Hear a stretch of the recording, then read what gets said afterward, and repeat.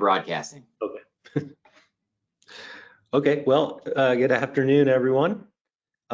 Thank you for joining the February edition of the NOAA West Watch. My name is Dan McEvoy. I'm a climatologist at the Western Regional Climate Center in Reno, Nevada. I'm sorry, just adjusting a few things here. Yeah, we're at the top of the hour at 2 o'clock, so I think we're going to go ahead and get started since we do have a full agenda today as usual. So a few background slides before we get into the presentations today.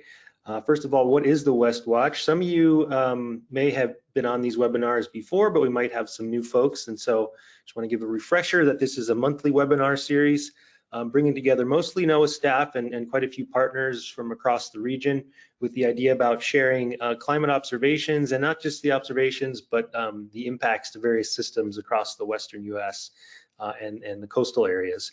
There's two different West Watch formats. The one we're doing today is our climate and oceanic briefings, where we have overviews of the current and recent conditions. And then there's a second format where we alternate that are on specific topics. For example, atmospheric rivers was one topic, or marine heat waves was another topic. And so we alternate between those two formats. We do have a few housekeeping items. I think we're going to have a quick audience poll question here that should pop up on your screen in just a moment. So I'm going to give everyone a few seconds, and Joe, if not doing that, let me know.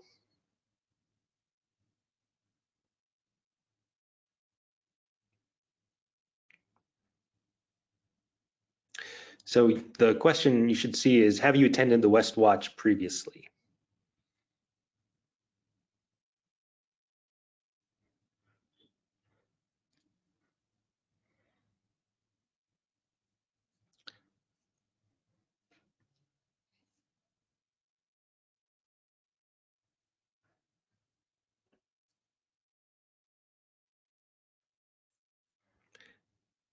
And we have we have a few first timers and a number of folks who have attended in the past. So once again, thanks for joining today. And with that, we'll move on through the housekeeping agendas.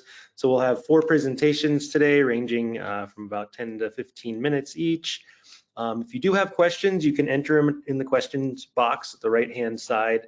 There should be a toolbar where you can enter questions there. If we do have time, we'll do a brief Q&A after each speaker, and then hopefully at the very end have time for some more questions. This will be recorded, and you will be able to view it on the West Watch website shortly after the webinar is finished. And then you should be getting a post-webinar survey, and we do really appreciate those that can provide any feedback to help improve these in the future. Today's speaker lineup, I'm going to be giving the climate briefing, and then we're going to have our IUS partners giving the oceanic and coastal updates. So we have Clarissa Anderson from the Southern California region, Alex Harper from the Central and Northern California region, and then Jan Newton from the Northwest region. So looking forward to hearing all those today. So I'm going to jump right in and start out with our climate update and outlook. So I think as many are aware, this has been an El Nino year for us, and not just any El Nino, it is turning out to be one of the stronger El Ninos we've seen in the recent past. And this event has likely peaked, and when I later get into the ENSO briefing, I'll talk more about that, but I wanted to show this plot of the Oceanic Nino Index going back to 1950, and very far on the right-hand side there is the most recent Oceanic Nino Index value of plus 2.0. So this is based on the sea surface temperatures in the Nino 3.4 region in the equatorial Pacific Ocean. And what we can see from this plot is that this event is likely going to end up as the 5th or 6th strongest El Nino going back to 1950.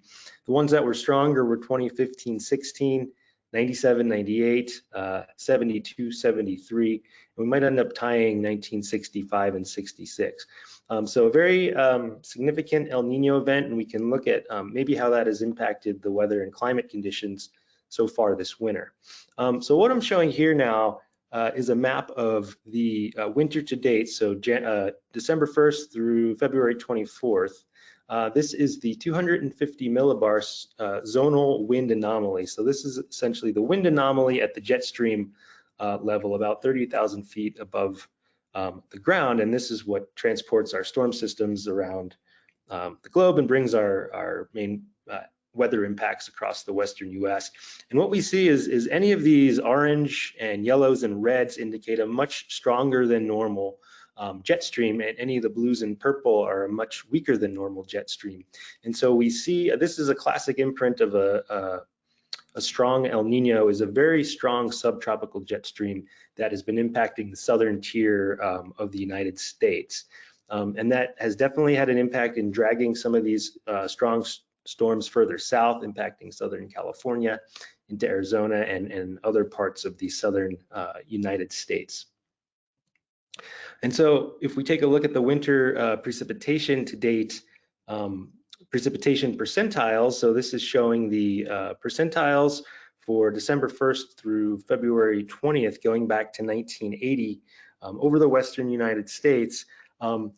There's nothing really too eye-popping in terms of the wet or dry anomalies, but it does reflect that jet stream map that I showed you. And really a lot of the western United States is near to above normal precipitation so far for the winter. Those are the whites, the blues and the greens. And places that have really seen some wet extremes this year have been Oregon, particularly in early and mid-January, and more recently Southern California in early into mid-February. And there are some dry extremes also showing up in the northern Rockies, and this is again in part due to that weaker than normal jet stream, the storm track shifting a bit further south than it typically is. I did want to show this example. What I'm showing now is a time series accumulation graphic for water year precipitation starting on October 1st, and this graphic is for downtown Los Angeles. They were in the news quite a bit for the early February storms, and while those storms were impressive, it has been wetter than normal. It is not the wettest water year on record for LA. It's so far the 15th wettest, going all the way back to 1878. But the early February storms were really impressive, brought in about 6 or so inches of rain in just a few days. And I'm also showing 2004, 2005, which was the wettest winter on record for the LA station. And then the inset picture there is a ephemeral lake that has refilled in Death Valley, Lake Manly, due to these really heavy rainfall events. And Death Valley has also seen its 11th wettest water year since records began in 1913. So extreme, but not record-setting so far from a water year perspective. In terms of temperatures, so this is the same as the previous graphic, except temperature percentiles for the winter to date. And so overall, much of the West is seeing above normal temperatures. So anything in yellow, orange, red is above normal. White is kind of near average. And there's only a few little tiny specks of blue and green there. And so we haven't seen any extreme cold temperatures this year, which is also in part to that really strong subtropical zonal jet stream, allowing warm air to stay around longer in the western US. And the temperature is also having an impact on the snowpack, which I want to talk about next. So this graphic is showing the snow water equivalent from the end of the day on February 25th as a percent of median. And so what we see is that there is a snow drought currently in the northern tier of the western United States. So Washington, northern Idaho, Western Montana especially, anywhere from 55 to about 65% of normal SWE, snow water equivalent. The Sierra Nevada is slightly below normal, but pretty close to normal. And then there's a big area in the southern tier, Utah, Colorado, Great Basin, that are all above normal. And I also did want to point out that in the Cascades, particularly in Washington, their SWE is pretty far below normal, yet they've had precipitation near or above normal. And so there's been some periods of very warm temperatures, high elevation rain, rain on snow, and also midwinter heat wave that have caused some midwinter snow melt in that region, which is quite unusual and contributing to the snow drought conditions. So that was a view of the basin average snow water equivalent on the last graphic. This is now showing the individual snowtel stations, the high elevation stations. And any of these dots showing up in red is showing record low snowpack for this time of year. So there's a pretty big cluster of record low snowpack in western Montana and northern Wyoming. And then the other color is that orange color is the second lowest on record. And so it's not just below average. They're they're seeing some really low record low snow levels in parts of the Northern Rockies and into the Northern Cascades as well. Things are changing though as we speak. There's an ongoing storm system and another one in the forecast. This is a snowfall forecast set of plots from University of Utah. And so this is over the next 7 days. And it's showing, the total precip, the total snowfall potential, but then these probabilities, which I think are a lot more useful than the mean values. And so what we're seeing here is that the snow that is going to fall will likely improve the snow drought conditions a lot, but in places like western Montana, I don't think it's going to completely erase the deficits. But what's nice about these probability plots is that bottom right plot, for example, is showing the probability of greater than 24 inches of snow over the next 7 days. And any of those areas in that dark red is about a 90 to 100% chance of more than 2 feet of snow. And so this is a substantial week for snowfall coming that should really help to start to improve the snow drought conditions. And so I want to jump into the ENSO update and outlook next before we move on to the IUS updates. And so we are currently still in an El Nino advisory. However, we are also in a La Nina watch, and we'll see what those forecasts look like, I think, on the next slide. So El Nino conditions are still being observed. We can see those above average sea surface temperatures highlighted in the black box in the Nino regions. And so the atmosphere is also responding, which is and showing inconsistencies with El Nino conditions. But the Climate Prediction Center is suggesting that the transition from El Nino to ENSO neutral is likely by the spring, about an 80% chance, with pretty strong increasing odds of a La Nina developing into the summer, upwards of a 55% chance of that happening.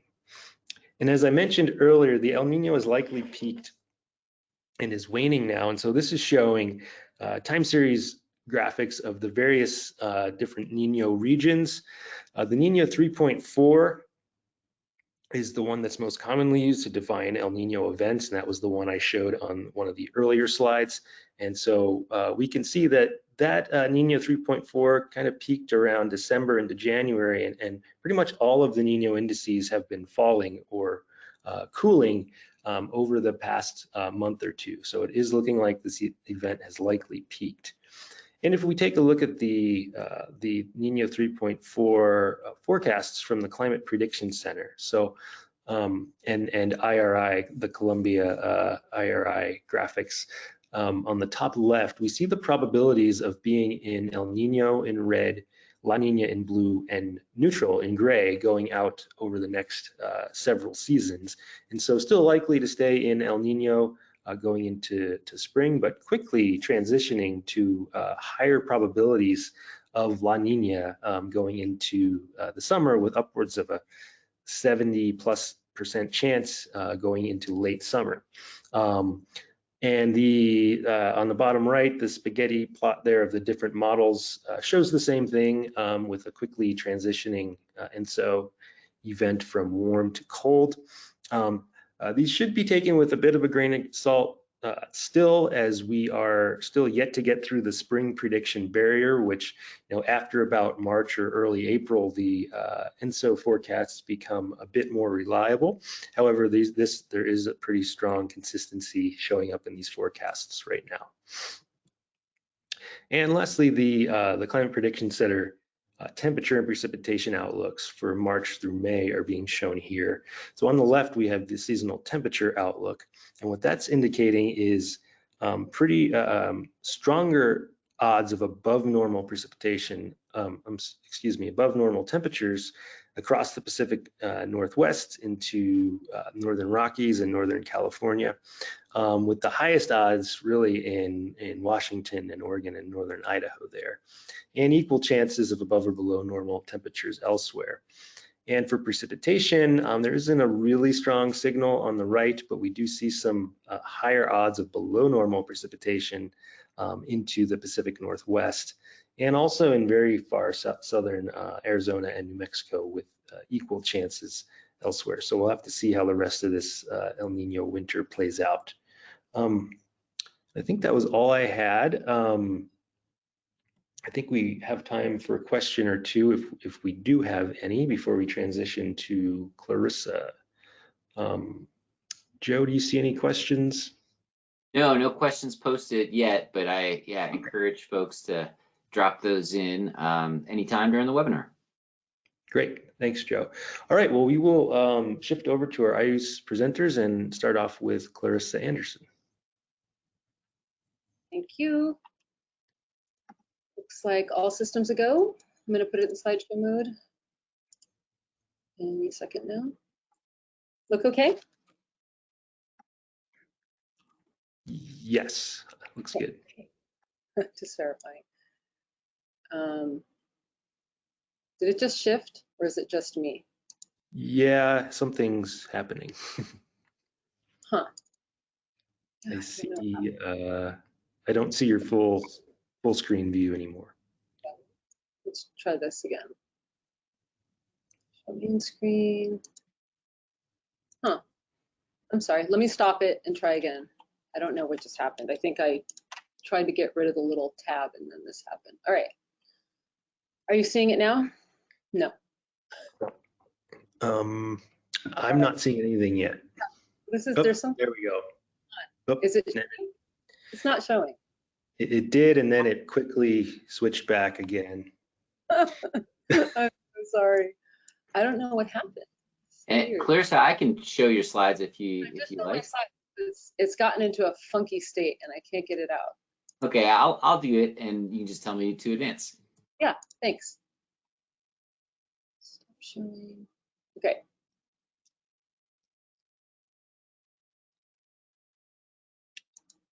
Are we seeing them? Because all I see is myself for some strange reason. Let's try this. Not yet. Yeah, I'm still working on it.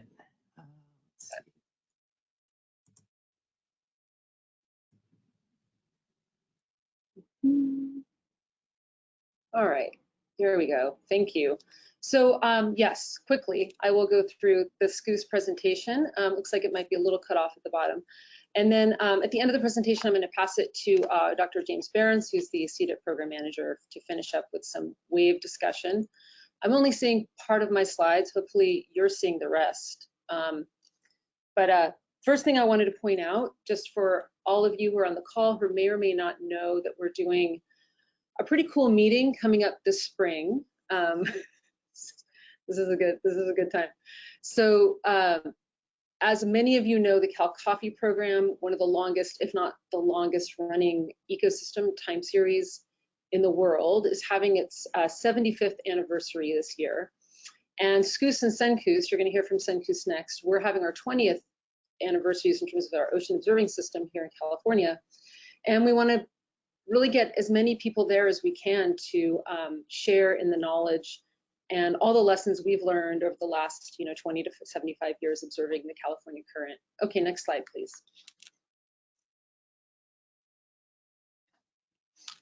So as has been pointed out already, we're in this El Nino year. I wanted to just give you this synoptic view of heating. We're looking at very high temperature anomalies throughout the California current. Focusing in on the bight here, you can see that while a lot of these anomalies are quite high, there's quite a lot of variability as well, temporal variability and spatial variability in that pattern. And that'll come out in a few more of the SCCOOS time series that I'm about to show you, and I'm sure CeNCOOS will be showing you some of their marine heat wave products in just a minute. Next slide, please. So zooming into this to the nearshore zone where we have these automated shore stations recording a lot of things in addition to temperature. We do see some of these warm anomalies creeping in as early as August as the El Nino was beginning. Hard to say how connected those two things are, but they may very well be quite connected. And then as you get into December at most of these sites, you see another large peak in temperature, warm temperature anomalies. And it's kind of punctuated by these colder anomalies, which is interesting. It just speaks to a lot of the variability along the coastline. We have a lot of upwelling, other oceanographic processes that are driving this variability with this sort of backdrop of warming overall for the bight connected to El Nino. And maybe here with these anomalies we see in December that seem to be peaking, that could be aligned with that peak in El Nino that we just heard about from Dan. Next slide. So zooming out back into a broader swath of the California current from our glider data, we have these autonomous underwater gliders. This is coming out of Dan Rudnick's lab here at Scripps. The Hofmüller diagram on the left is also giving you a sense of that kind of intermingling of warm and cold variability throughout this last year from 2023 to 2024. But as we move into 2024, those warm anomalies become more pronounced. Again, perhaps in line with this move towards the peak of El Nino. And we've talked about this many times before, but if you take that time series from 50 meters at line 90, which is off of Dana Point, going out many hundreds of kilometers, and you align that with the Oceanic Nino Index, which is here shown in a black line, the Southern California Temperature Index from the gliders shown in a blue line. Try to ignore the very flashy boxes on top for right now, but what you immediately notice is just how coupled the Southern California temperature variability is with what's happening at the equator over time, with some major and very important departures like we saw with the warm blob. But if you look at what's happening with the El Nino now, as we moved into it, say June 2023, there was an incredibly tight coupling, more dramatic than many of the other tight coupled modes you see prior to that.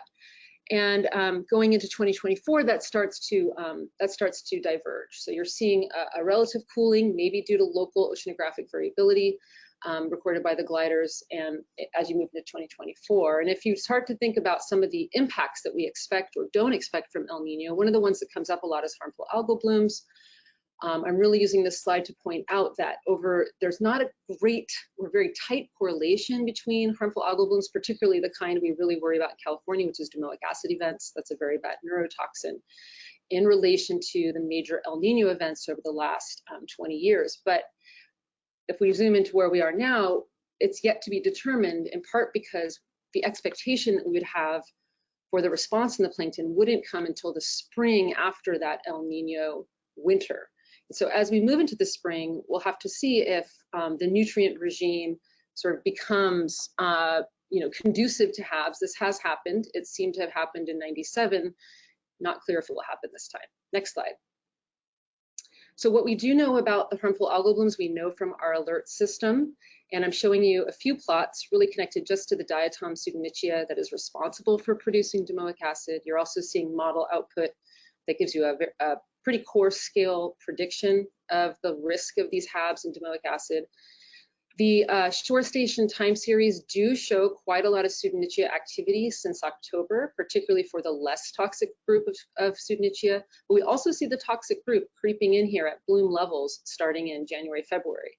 So we want to be tuned into that. We have seen a bit of domoic acid at those stations, just not very much, and it certainly isn't aligned with some of the higher probabilities you see in the map.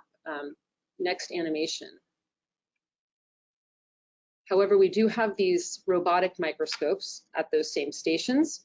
We've been picking up quite a lot of diatoms at Newport Beach Pier during the same period where we were picking up a lot of pseudonychia. Next animation. That, I promised you, that adorable thing there is a Pseudonychia. That's a chain of Pseudonychia. They were cropping up quite a bit in our weekly sampling, but not nearly as much in the real-time automated imagery. Next animation. But I wanted to just point out, in case you're one who loves to track bioluminescence, we are seeing quite a lot of the bioluminescent dinoflagellates at our shore stations right now in Southern California, and we are getting major reports of bioluminescence. So if you want to go check that out, please do. Next slide. So moving along to all the precipitation we've had in San Diego, that has of course led to flooding. We've had some pretty devastating flooding, particularly in Southeast San Diego, where there's sadly a lot of hard hit, underserved communities that were, hit the hardest by these floods. With CDIP and with the climate change impacts and adaptation group here at SCCOOS, we try to put out these flood alerts and these forecasts, as you're seeing in the upper right. And this is particularly important for places like Imperial Beach that are incredibly low-lying and do experience a ton of flooding during these events. And perhaps, well, we hope, even though there are some atmospheric river events forecasted, that we will be sort of at the tail end of some of this devastation for now anyway. All right, next slide. And lastly, I wanted to say about the precipitation and the atmospheric rivers is that we also get a lot of runoff from Tijuana River. This has been an ongoing issue with sewage and bacteria-laden water moving up in these plumes to beaches in Southern California. Quite a bit of closures this year with all of the atmospheric rivers, a lot of postings. This can be pretty dangerous when it comes to things like viral exposure, norovirus exposure. And so please do look at these signs, look at these bulletins before, not after you go to the beach. And I think this is my last slide. I will pass it to Jim to talk about wave activity.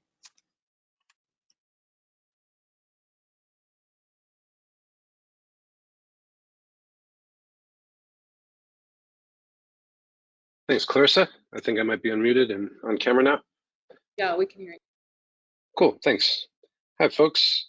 The view from CDIP with our wave buoys up and down the coast is that we're seeing wave activity that is following the climatological averages and quite a bit of sort of seasonal energetic wave activity all along the coast. We have a bulletin over there on the right that we issued about the longest period intense El Nino style swell that hit and went through Hawaii and then the West Coast. That little inset map over there is of peak period. And you can see how red things were, very long period waves. We were looking at average periods of greater than 15 seconds at locations where a lot of the coastal flooding, inundation damage occurred. And I'm guessing that most everybody on this call is familiar with the news around that. During that event, you can see a number of our stations with the blue data curves of the actual significant wave height exceeded the model by a couple of meters in a few locations. And we continue to record historic and near historic wave heights at station 092 San Pedro, which has been collecting data since the late 90s. The last couple of years have seen some of the largest events, the biggest waves that we've recorded there. In terms of the sea surface temperatures, that's the data from 2023 highlighted over there from our Mission Bay West station, which showed the transition from a lot of colder than average conditions to the warmer than average conditions in December, which has persisted on our sensors all along the coast. Things are starting to sort of slowly return to average a little bit faster in the Southern California bight, but everywhere things are still elevated. And yeah, that's just a little slice of what we're looking at. We maintain a page with extreme wave activity kind of up to the minute off of our main web page these days. And so please, I invite you to come and browse around. There's some new things on the site these days. Thank you. Thanks, Jim. That's our last slide. Thank you, everybody. Thanks, Clarissa and Jim. We will move up the coast, this time to Alex. Hey, thanks everyone. Can you hear me and see my screen? Yes, I do. Well, you're changing it right now. Yeah. Yep, see your full screen. Look good. Okay, good. All right. Well, thanks. I'll be giving the update from Central and Northern California. I really wish Jim could just stay on and help me present some of these slides about the big wave events we've been having. But you know, not surprisingly, the big headlines out of our region are these big seasonal storms, often coinciding and causing large wave events and coastal flooding and inundation. I have a few different animations here, and sorry to sort of overwhelm with the graphics, but this is sort of how we receive information these days, I feel like. So on the left, we're looking at a animation of our COAMPS model. This is run out of the Naval Research Laboratory. This is showing wind speeds from this early February storm. And I thought it was just an interesting illustration. You can really see sort of the eye of the storm come on shore, and then these high winds as they sort of dissipate across the coastline. Moving into the waves story and sort of following on some of Jim's comments, this is just a grab of this significant wave height model that's run by the Coastal Data Information Program, and it's just sort of fascinating to see sort of the nose of this this recent system pushed down. So where many, I think most of our winter storms have been coming up from the south, this northerly direction and delivery of these warm waters from the south to our region. This one you can see sort of poking down from the north, and then just sort of monitoring across our partner organizations to try to amplify and deliver the best available information on coastal change, flooding, and inundation. Here's a cool story map that the city of Santa Cruz put together with some partners from NOAA's Office of Coast Management, and always looking to enhance partnerships to deliver information. And so here again on waves, looking at 3 CDIP buoys from across the region. The map is sea surface currents from the West Coast Ocean Forecast System. This is just a recent grab showing some of the perhaps turbulence off the coast. And then the CDIP buoys, we're looking back to January 1st, so just the top of the year, and sort of large waves throughout. So that gray dash line is sort of the mean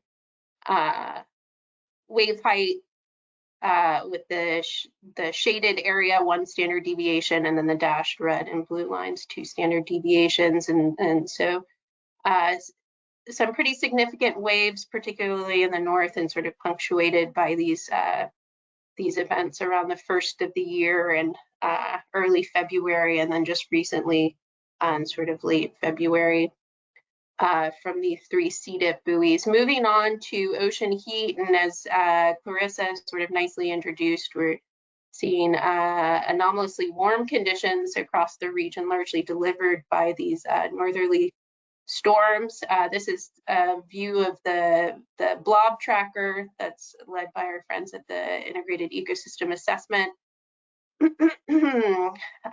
Showing to the left these maps of anomalous warm waters with the warm waters hugging up against the coast. In the middle panel, you can see sort of broken out regionally and recently these orange and yellow and some even red hues, and the panel at the top showing the persistence of heat wave status across over 50% of the West Coast. And then on the right, this is our locally produced heat wave tracker tool built on top of both West Coast ROMs and WCOFs, it gives a 3-day prediction or 3-day forecast. I don't know if we'll see that.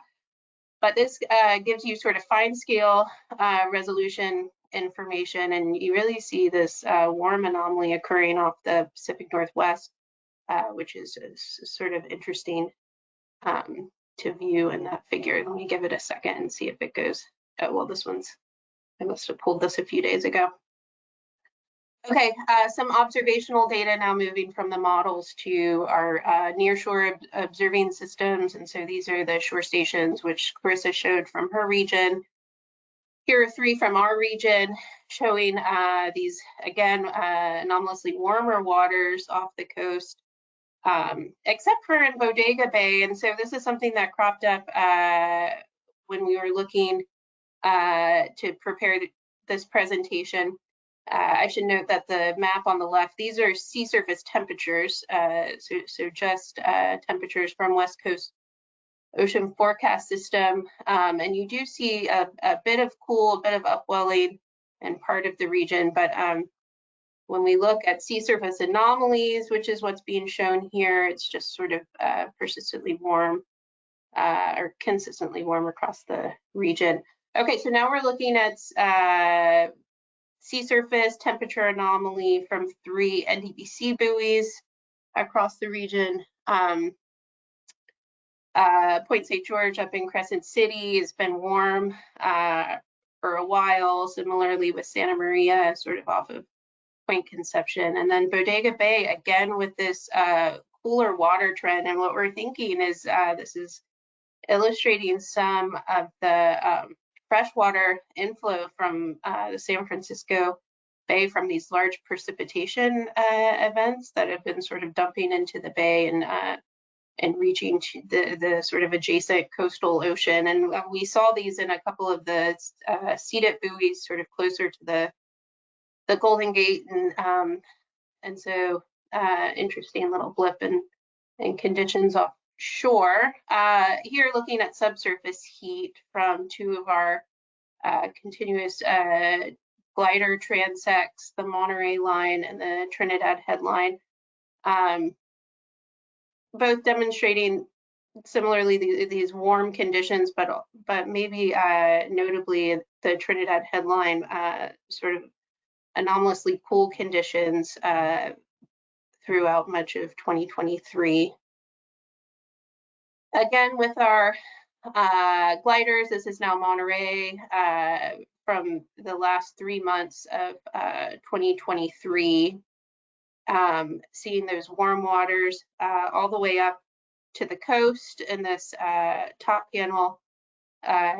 In the bottom figures, you see the arrival of some cooler waters offshore, but these sort of stubborn warm conditions hugging along the coast. And perhaps not surprising, our upwelling indices are also suggesting driven largely by these northerly systems, very little actually downwelling, so negative transport in both the coastal upwelling index and also the biological, illustrated here by these cooler blue colors. And this multivariate ocean climate index, which we often show, is finally sort of clearly signaled that we're in an El Nino. No surprise here, but the red dot is sort of the official signal for us. So it'll be interesting to see how this indicator, which pulls across lots of observational and satellite and other remotely sensed data, changes into the spring. That's all for me. Over to Jan. Thank you.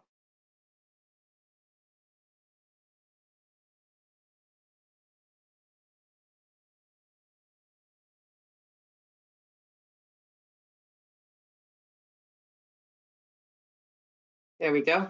That would help. Okay. Now, how do I get the thing back? Let's see your screen. All right. How's that? Looking okay? Looks good. Great. All right. I see the problem, Clarissa. All right, so I'm here to speak on behalf of NANOOS and give you the look as we go farther north along the coast. And so let's just jump in. You know, as Dan was telling us, you know, we have the strong El Nino. This is the false color imagery that NANOOS produces of the global basins. And you can see very strong ENSO signal at the equator, but also in the North Pacific in November. And if we step through to December, it persists, though the coastlines near us fades a little. And so I think that the models are definitely sensing a transition, and that the El Nino is waning, and you tend to see some calmer colors. But you do notice that there is a strip of darker red at the coast than it is if you go just right offshore of that. And so here is the Marine Heat Wave International Working Group. Everybody has their favorite references that they show. And so this one is using Hobday's criteria for marine heat wave. And so you can see that we really don't have much, though just little pockets of moderate off the coast, except down by LA, where it gets a little stronger. This is for the 19th of February. Okay, so that's what we would predict from satellite data. Here are actual buoy data. This is the NDBC buoy, Washington, off the coast. And so the dark blue line is the data, and then you can see plus or minus 1 standard deviation in pink, and then plus 2 standard deviations in red. And you can see that where the data are right smack dab on the quote unquote normal or seasonal cycle trend. So pretty normal. But then when we come inshore, now you're seeing some very interesting variability. And so you can see along the map the location of these different buoys, CDIP and NDBC buoys, with water temperature. And so, you know, let's just start out with the Grays Harbor. You notice that it's warmer than average, but then in about mid to late January, it really goes down, crosses the normal line, and then pops back up again. And if you squint hard, you can kind of see that pattern in the other stations, though there's a bit more variability, or a bit less variability, I guess, in the bottom cases. So I thought that was interesting, and I thought, well, I wonder what's going on with storms. And so looking at the wave data, this is from the NDBC buoy that we first looked at. Here's wave height, and you can see that there's some really strong high waves in early to mid-January, and then it slackens off, and then it comes back again. So noting just online, I Googled, I actually Googled Seattle storm, and then I realized when I was looking at basketball, it was the wrong Google. So anyway, I finally got the right words in there. And as we might remember, there was a strong storm in mid-January, and I know this because it canceled some flights for a meeting of the Global OA Observing Network hub that many people couldn't get to because of these storms. So I think we're definitely seeing the storm activity here. So, you know, I suppose that's not a great surprise that there's storms in winter and it causes mixing. But sorry for that. But in any case, then looking in Puget Sound, oops, it just happened. There we go. I don't know what just happened. Anyways, looking in Puget Sound, we have profiling buoys that profile the full water column. Here are 2 of those, one at Hoodsport in Hood Canal, and the other at Point Wells in the main basin of Puget Sound. And so these buoys profile down to about 100 meters. You can see that the top layer is blown up from 0 to 20 meters to show that surface dynamics, and then the bottom layer is compressed. And there you have it. You have a very cold signature in about mid-January at both buoys, but it's much more visible in the Hoodsport example. And this is a area, if you know Salish Sea, Puget Sound oceanography, you know that this is an area that's much more calm and less turbulence. So I think you're just seeing the effect of that that wind and cool temperatures really cooling the surface waters, where at Port Wells things are more mixed and the signal can get mixed out. But in general, we still have fairly warm temperature anomalies in Puget Sound, and that tends to be typical that this estuary, this inland sea, is very retentive of water and therefore of heat signals because of the sills, where as the water's exiting, there's reflux and a lot of the water is retained. So you tend to retain these signals. If we look at salinity, kind of the same pattern. Overall, it's much saltier, and that's been influenced by a lot of our summer droughts that we consistently are having. But you see that storm likely had a lot of rainfall and stimulated rivers as well. A little bit of a different signal towards in February. It looks like there was another rain event.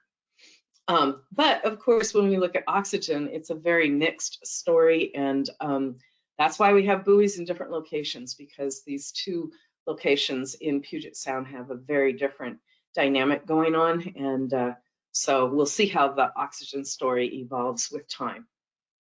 All right, looking at satellite chlorophyll, we had some strong blooms in November, and Clarissa talked about HAB events. Certainly off of our coast, November was more phytoplankton from ocean color than typical. But as we look into December and January, things aren't so one way or the other, and things are about normal. We aren't seeing any reports of domoic acid. There were some in October, but nothing much of late. And so that's just a summary here. The El Nino persists. The heat anomaly is small and diffuse. It's not a strong signal.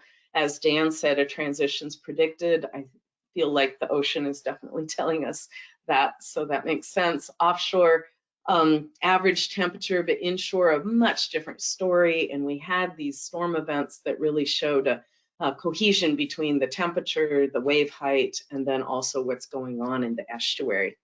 And so I'll just leave it at that and say thank you so much. There's my email and also that from Roxanne Carini. So thank you. Look forward to any questions you might have. Thanks, Jan, and thanks to all the other presenters. We actually have a few minutes left for questions or discussion. I do see from Andrew Lysing some comments. Andrew, you're welcome to unmute. I think you're able to do that if you wanted to chime in, or I could read some of that.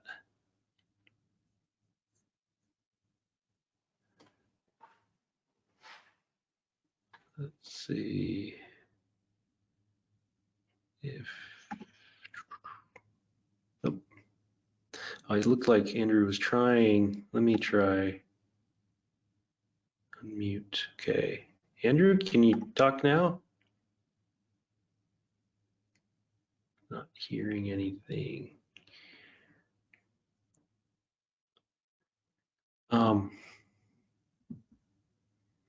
Well, I can read what Andrew wrote there in the comments. He said, now that the year is over, I also went back to look for how many times heat waves from the last year broke records and when and where. Records were broken pretty much only in offshore regions greater than 100 kilometers or so, with some absolute record breakers occurring in the big heat wave in west of Oregon.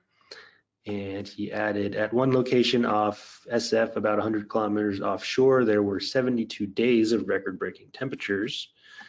And this was all SST based. So thanks for those comments, Andrew. And I don't know if any of the IUS folks want to comment on that or add to that, because I'm not seeing any other questions right now.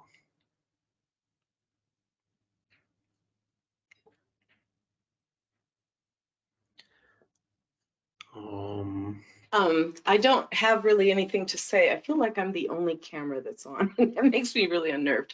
But yeah, there we go. It's like my face is huge. Andrew, yeah, it's now that the year is over, and I think my beginning of the year has been like crazy busy. I know my colleagues from the RAs have been definitely sequestered with preparing some proposals for IUCE, and I really am looking forward to doing that kind of analysis like you're saying. So I don't have any comment, but I think, you know, your observations are fascinating, and it'll be good to follow up on that.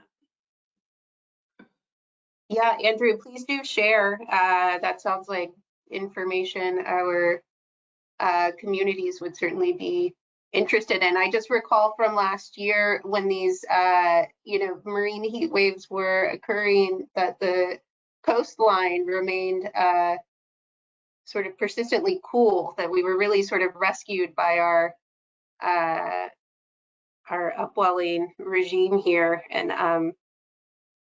And so there's a bit of a disconnect among those stakeholders who reside along the coast who experience these cold temperatures, but having the heat wave occurring just offshore. And to follow on that, are you the product? I guess you can't speak, which makes this hard. It's a one-way conversation, but I know that Andrew is working on a really cool product that would kind of summarize a lot of the marine heat wave space, along with many of our ancillary products, some of which are IUCE or other NOAA products, and I'd love to see that come online if it isn't already. So I'm putting in a plug for you. Definitely. You know, I sat in the marine heat wave sessions at the Ocean Sciences meeting last week. Unfortunately, I only made 2, and I heard all 3 were excellent. And a big topic of discussion is the subsurface heat waves, bottom heat waves. And so that's, I think, something we're definitely going to be tracking more. There were some really, really good talks. So a lot of activity in that community. There's a JSCOOP question for you, Jan. Oh. When is JSCOOP going to be online, or?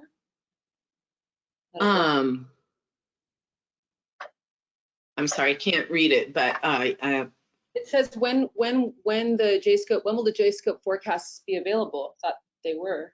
Oh, well, they're seasonal forecasts, and I think Sam initiates one in January, so it should be anytime soon. I'm sorry, I don't know that better, but yeah, they're seasonal forecasts, and we need enough of the season to happen. Andrew apparently is at the IEA meeting, which is why he can't unmute, but he said, Isaac said that soon they can get that blob tracker product out. Nice. How do you make this bigger so you can read it? I don't know. That's what happened to me. Don't even try. Yeah, I don't know. I'm not seeing any other questions at the moment. Any other comments from the group, or Joe, did you have a plug yet for the next month's webinar, or not quite yet? So I can give a couple of plugs. I'm not sure if it's going to end up being in March, but I'm trying to get a talk about some of NOAA's marine carbon dioxide removal work, the marine CDR efforts that have been ramping up. And so that may be March, but it may end up being later. And in May, we actually have a pretty cool fisheries project, kind of recap from the Eureka Forecast Office, where they worked with a lot of fisheries folks in the region with seasonal forecasts to kind of help them make decisions about doing work in the watersheds, doing various conservation efforts. It's very similar to the FIRO work, the Forecast Informed Reservoir Operations in other parts of California, where kind of certain management thresholds are kind of coupled with the seasonal forecast to kind of make these somewhat difficult, like go, no go decisions. And so I think it's a really nice example of using seasonal forecasts for a specific application. So those are the 2 I've got on deck, and hopefully we'll get those nailed down. Well, the May one is nailed down, but the March one I'm still working on. Well, thanks, Joe, and thanks, everyone. I think we can give everyone a few more minutes back of their hour then. So thanks again for another great West Watch. Thank you, everybody. Bye.